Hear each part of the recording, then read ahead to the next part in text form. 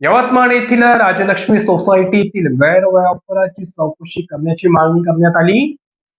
अन्याय, शोषण आणि भ्रष्टाचाराविरुद्ध लढा देण्यासाठी यवतमाळ येथील महात्मा ज्योतिबा फुले पुतळ्याजवळ प्राउटिस्ट ब्लॉक इंडिया म्हणजे सीबीआयच्या वतीने आज भव्य धरणे आंदोलन करण्यात आले।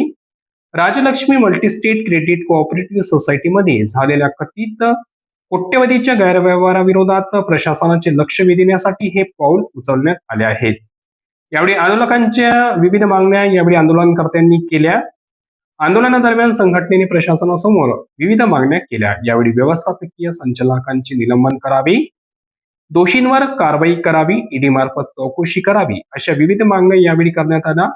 तसेच मागण्या न झाल्यास सामान्य जनतेचा कष्टाचा पैसा सुरक्षित राहिला पाहिजे आणि भ्रष्टाचारी अधिकाऱ्यांवर कठोर कारवाई झाली पाहिजे अशी भूमिका आंदोलकांनी यावेळी मांडली। या मागण्या मान्य न झाल्यास आंदोलन अधिक तीव्र करण्याचा इशाराही प्राउटिस्ट ब्लॉक इंडिया यवतमाळ जिल्हा शाखेच्या वतीने देण्यात आला आहे। या आंदोलनात संघटनेचे अनेक पदाधिकारी आणि कार्यकर्ते मोठ्या संख्येने उपस्थित होते।